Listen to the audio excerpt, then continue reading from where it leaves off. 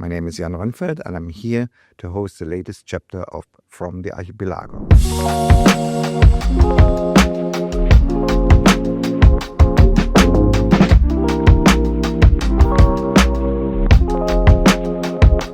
The year 2025 looks like a very challenging year.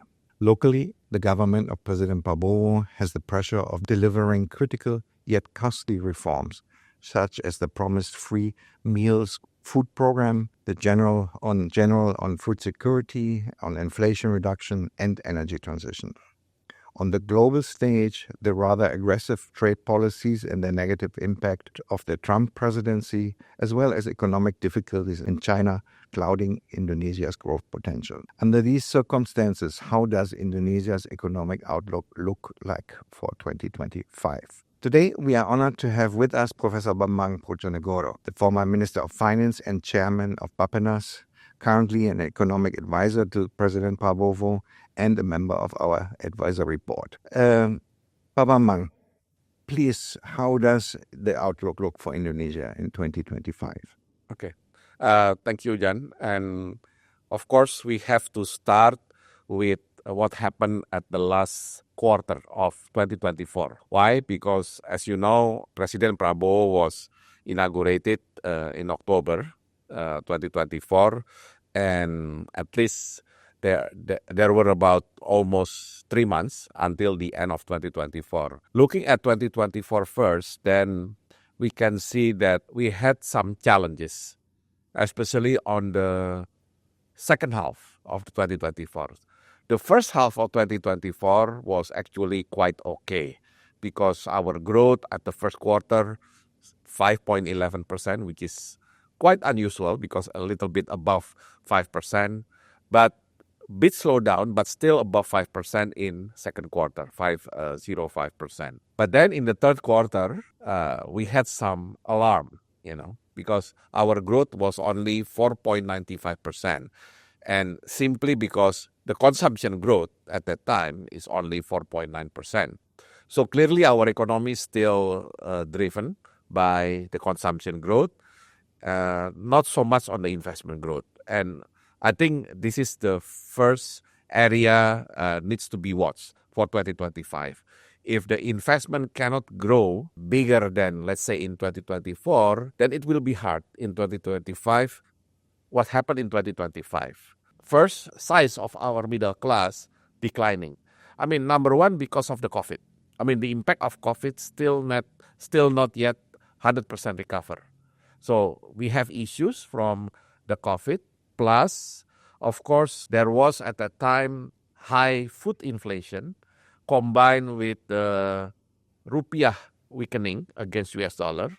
So as a result, the purchasing power of middle class declining, and some of the middle class even degraded into the aspiring middle class level, and some of aspiring even going deeper into the so-called near poor. So that's the kind of situation for 2025. But at the same time, of course, there is a hope because this is new government, and currently the government might still enjoy the so-called honeymoon period of first 100 days. And the big challenge and also the thing that people going to watch is whether the government can really implement their main priority program. Those programs, number one, you already mentioned about a free school meal, or we call it free nutritious meal. And then the second one, the 3 million housing units. And then some other program related to both education and health. So the good thing about what Pak Prabowo did, at least on the first 3 months, is trying to emphasize more on development of human resources. Something that may be not getting too much attention on the previous one. Of course, there has been, allocation, for example, 20% of the budget for education, I think 5% for health.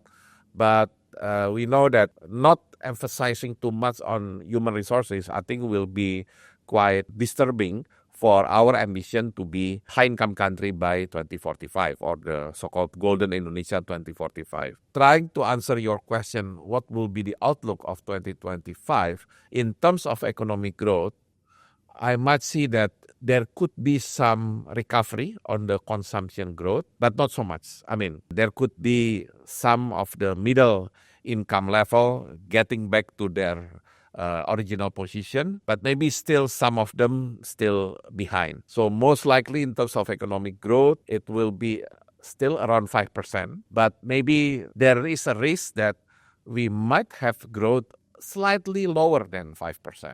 Usually, whenever we are talking about 5%, 5 point something. But this time around, especially 2025, then we have to watch whether it will be 5 point something or 4.90 something. So this is the thing that we have to watch. Of course, the global issues not really helping so much. I mean, aside from global economic weakening, we have to watch what Trump is really going to do. Of course, he already has some rhetorics that trying to emphasize on, making America great again, America first. But when it comes to reality, I still believe there could be some adjustment, from the rhetoric that already said at the beginning. But of course, he already imposed, for example, high tariff for China, Mexico, and Canada. So maybe Indonesia can take advantage by trying to manage the trade deficit. Because why those three countries? Because U.S. against those three countries, unfortunately, had maybe relatively high trade deficit. That's why they got the first treatment to get the higher tariff. Okay. So, at least with this new government, effort to maintain 5% or a little bit more would be the biggest challenge they have to face on the very first year of this current government. Yeah, and 5% is much less what the president, I would not say promised, but tried to mentioned at least during the election campaign that his target is to have 8%.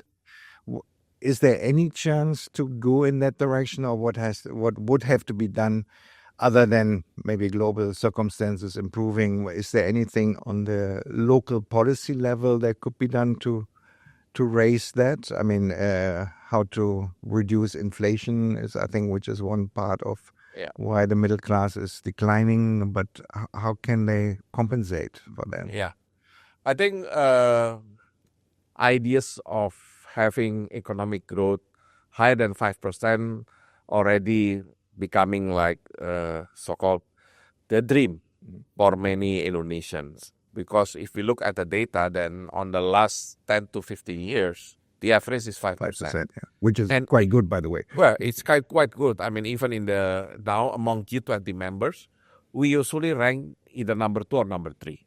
We only usually compete with either China or India. So yes, it is good. And it is stable because macroeconomic stability will always be one of the so-called the top priority for Indonesia investment attractiveness, aside from the size of our market.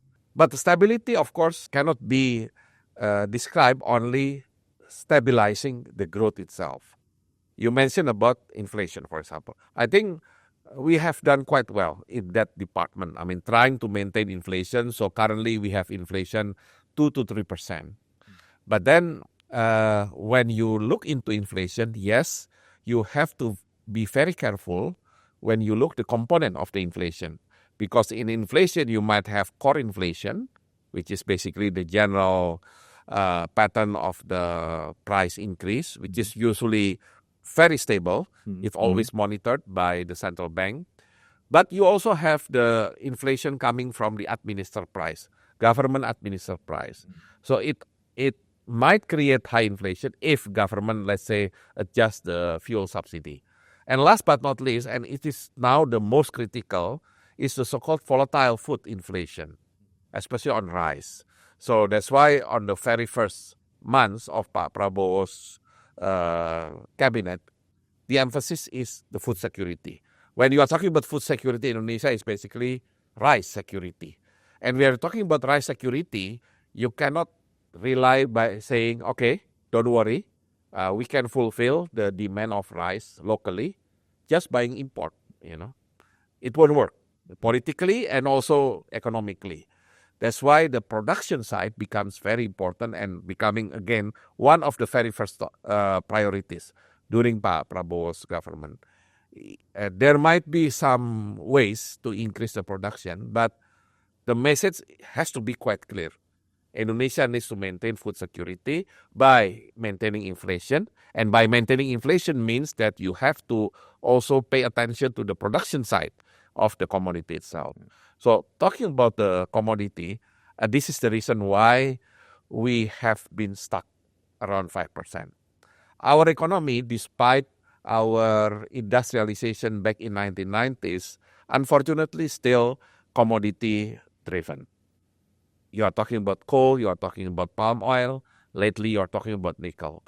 And then, unfortunately, our manufacturing experienced the decline in its contribution to the GDP. In 1990s, almost 30%, like other Asian tigers at the time. But today, it's only 19%. So it means, in order to have economic growth higher than 5% and hopefully could be 8%, then manufacturing or what I call reindustrialization has to be on the top list. So when you are talking about reindustrialization, then you have to select which type of industrial product you like to emphasize or you like to prioritize.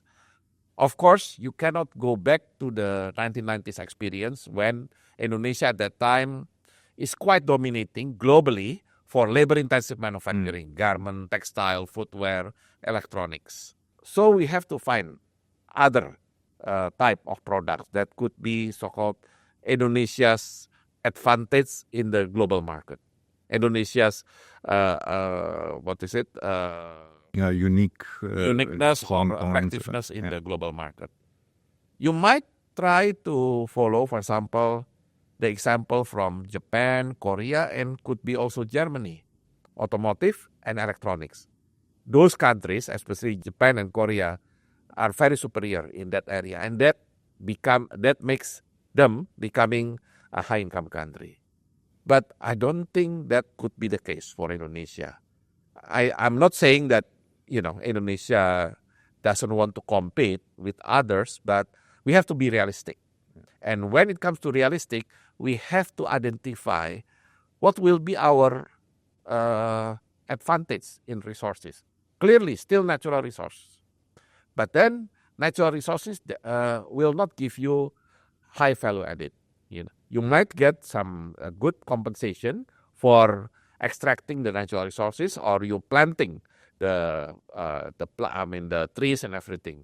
So you have to create value added from your natural resources through manufacturing process. That's why one of the Pak Prabowo's priority is, in Bahasa is called hilirisasi. In English, maybe the English version is downstreaming.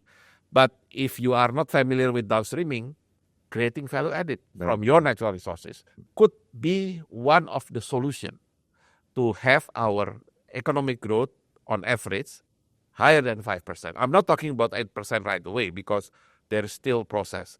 But in order to have higher economic growth, then clearly you have to do the so-called economic transformation. And that has to also utilize your natural resources, but you have to create value added for that. And to summarize what I'm trying to do about increasing 5% economic growth, whenever you are trying to increase the value added of your natural resources, then you need technology. You cannot stay away from technology. And in fact, based on the last World Development Report produced by the World Bank, middle income trap happens when a country is not really adapting well to the latest technological development or didn't do anything to do innovation on technology. So the keyword innovation on technology related to the value-added creation of natural resources might be one way to find a solution to bring our economic growth higher than 5%. How do you see the role of countries like Germany or you mentioned Japan or Korea in that process? How can they play a role, can take part in that growth story? Yeah.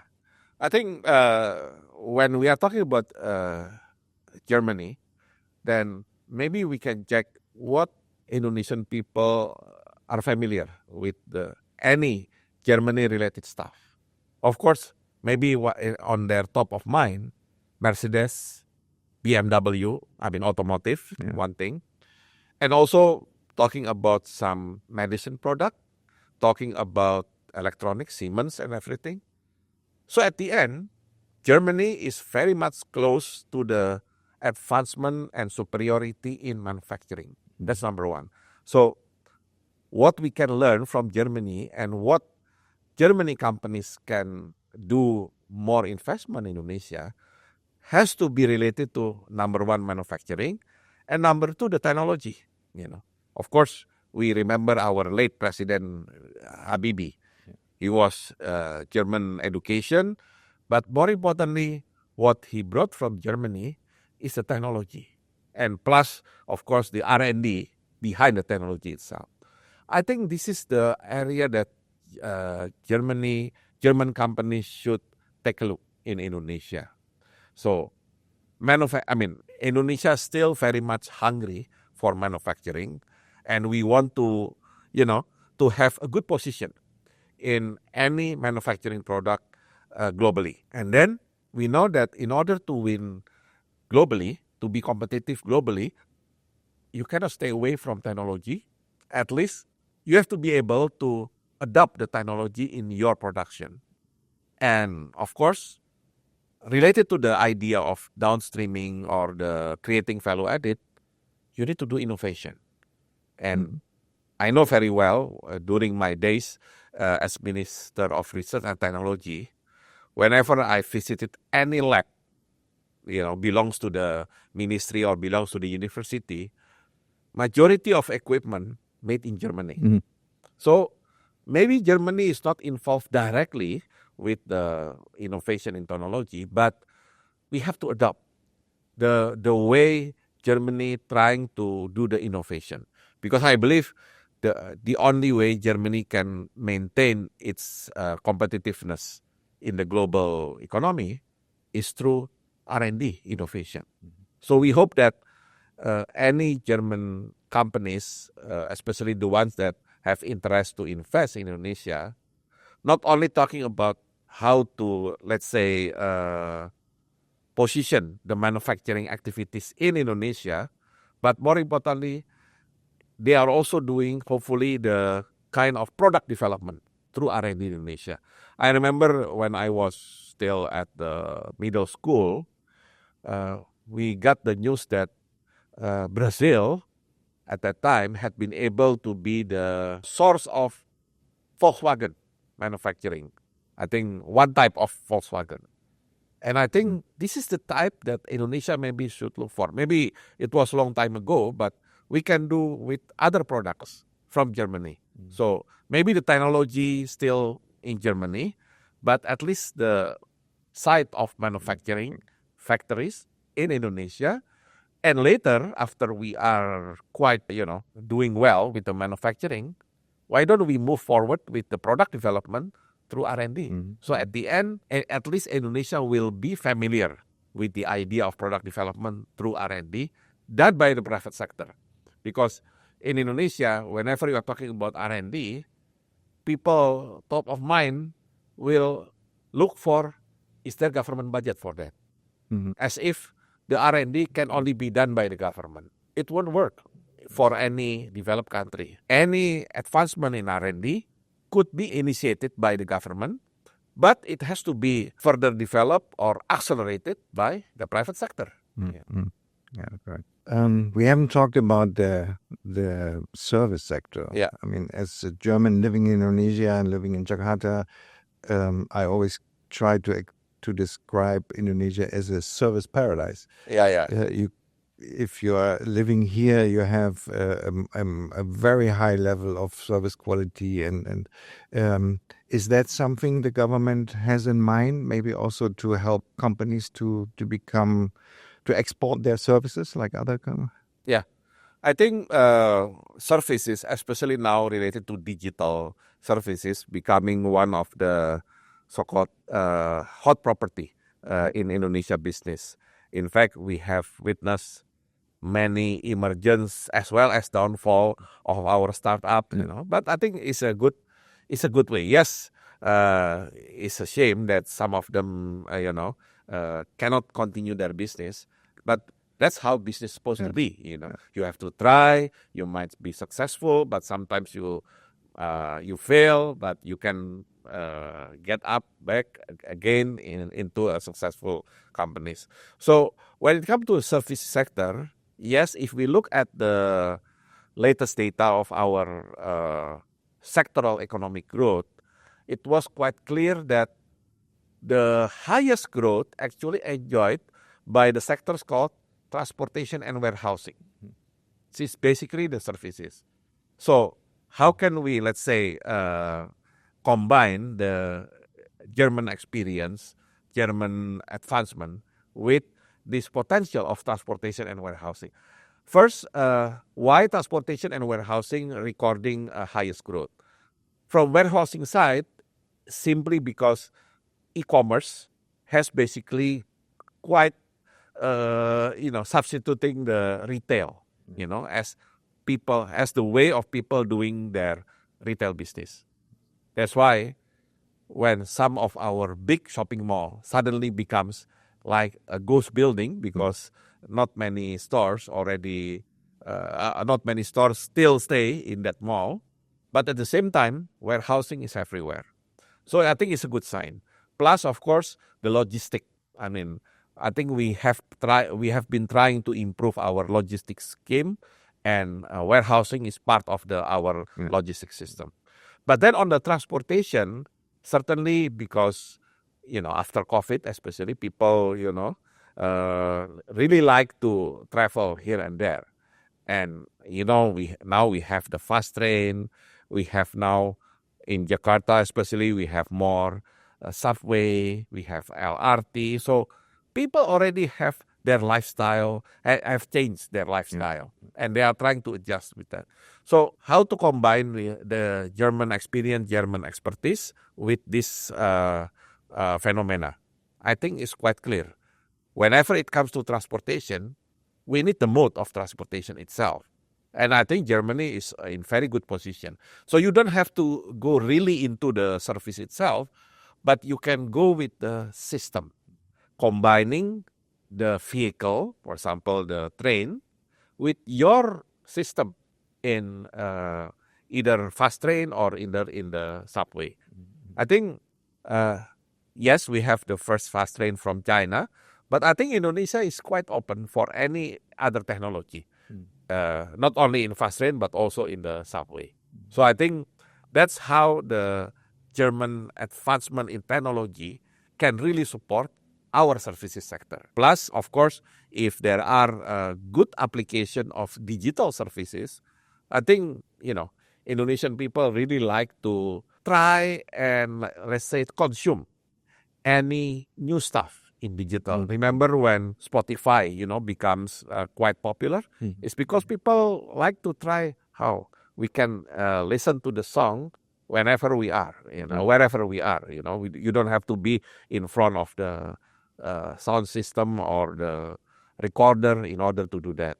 Same with how Netflix becomes quite popular in Indonesia. And suddenly, Indonesian also trying to make the platform like Netflix, for example. So I think the opportunity is big, and the good thing about the Indonesian, number one, we have young population because we are experiencing demographic bonus. And this young population are, in terms of their digital literacy, I think is quite high. Although sometimes they are not very careful, but at least their enthusiasm to understand about digital technology, I think, is quite strong. That will be a good market. And at the same time, there is room for development of our digital services itself. at the end, maybe asking a question a little bit more on the global aspects. The last government under President Jokowi was starting to apply for the membership of the OECD. OECD, yeah. For many, or for some observers, a little bit surprising, Indonesia now signed up to the BRICS country. First, is that contradictive, or is it a shift in policy, or is that something which is just a natural balancing act of Indonesia? And how do you see the impact? What does the Indonesian government combines with that? I'm not political expert as well as not international relation expert, but as an Indonesian, we remember very well our so-called foreign political stance, in which even since President Sukarno, the so-called non-aligned or neutral position of Indonesia, I think, is a key. In fact, it was quite amplified in our constitution. Mm-hmm. So by doing that, of course, there could be some, dynamism when, for example, during the latest years of President Sukarno, he was leaning more to the China at that time and trying to set up, I think, getting out of UN at that time. But during Suharto, I think many people already identified that on the first half of Suharto, Indonesia is very close to the Western world, But I think on the second half of Suharto, for example, the relation with the Western was not as strong on the compared to the first half. Okay, and after that we have, of course, experiencing the democratic era of our government, but whatever the system that applies, whether democratic or authoritarian, and whoever becoming the president, I think the non-aligned position is always maintained. And I think trying to read why Indonesia finally applying to be the member of BRICS is trying to maintain the balance between the Western world, which is already represented by OECD. And we are, because as a former finance minister, I had the first-hand experience coming to the OECD, doing presentation, meeting with all the delegation. And whenever you are in OECD headquarters in Paris, then you feel that Indonesia has to be like them, Indonesia has to be an advanced economy. And I think good motivation, Although I know it's very tough and very rigid, to trying to comply with all OECD standard, norm, and regulation, but you have to do that. Because in general, nothing's wrong with compare with, let's say, the basic theory of economics, for example, in general. But at the same time, you have to look at the reality. When you check the data of our export as well as import, let's focus on our export.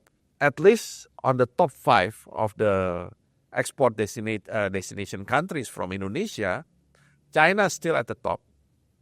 India rising quite quickly, while at the same time, Japan was there, US was there, and ASEAN was also around. So if we are trying to enlarge our export target, then clearly you have to be quite close to those countries. And don't forget, as I mentioned before, China and India always have maybe the highest growth among the big economies around the world. So that's the good market is there. 1.5 billion people each, in those two countries. So we cannot avoid those countries. And we are not in the position, for example, like US that can treat China whatever they like. We are not in the position. So we have to be friendly with them. We have to really utilize their capacity to absorb our product. And at the same time, we also need to learn why Japan becoming advanced economy, Korea, what I heard, has so-called the world record of how fast a country from middle income becoming high income, And at the same time, we have learned from very major market in Western Europe, in US. So we need to learn from them. But at the same time, we have to maintain our market. And the market now basically dominated by the BRICS members. I mean, yes, Russia, China. I mean, maybe our export to Russia is not big, but they are still quite big market. So we still have the potential. So Russia, China, India, and Brazil. So I think from economic point of view, then this is our way to maintain the variety of export destination country. Yeah. Maybe the last question from my side or for today is, where do you see Indonesia in the next 5, 10 years or even 20 years? Yeah. I was fortunate back in 2018. I was assigned by President Jokowi to prepare the first draft of Indonesia 2045. At the time, we just called it Indonesian Vision 2045. And by doing that, then at least I understand in general what will be the push factor as well as the pull factor. And looking at the 5 to 10 years ahead, these first 5 years, 2025, 2029, will be the most critical one. Because we are now entering into what we call long-term planning. Our long-term planning is 20 years planning. 20 years planning, 2025, 2045. It means we have 20 years to prepare ourselves, getting out of, we are now in upper middle income. How can we go into the high-income economy?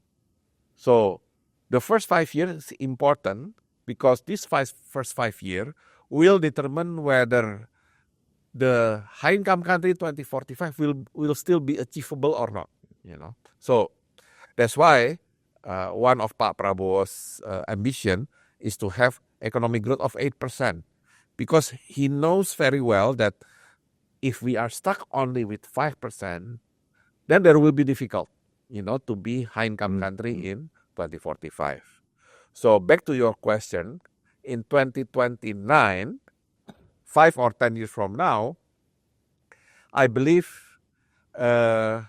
we might see the reindustrialization process starting from downstreaming or value-added creation from our natural resources. So I think this is the thing that we are trying to achieve in the next 5-10 years. Plus, at the same time, Pak Prabowo's preparing the foundation from human resources. Because if you are pushing the growth too much only from the so-called non-human factor, relying so much on technology, then you might face some constraint when your human resources is not capable, to push too much. So I think parallel in the first 5 to 10 years, there should be strong preparation or foundation of human resources. And at the same time, you have to start moving your economic engine by doing the reindustrialization through value-added creation of natural resources.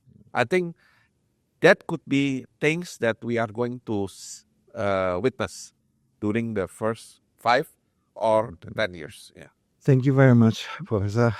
My pleasure. It was a pleasure to listen to your explanations, to your analysis. Thank you for joining us here, and thank you to everyone watching. We hope that you have enjoyed this short discussion and the analytics.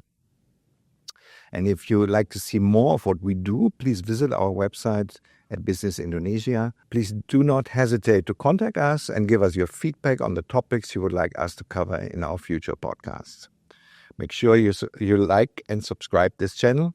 And this has been it from the Archipelago. Best wishes from me, the host, Jan Rönnfeld, and bye-bye.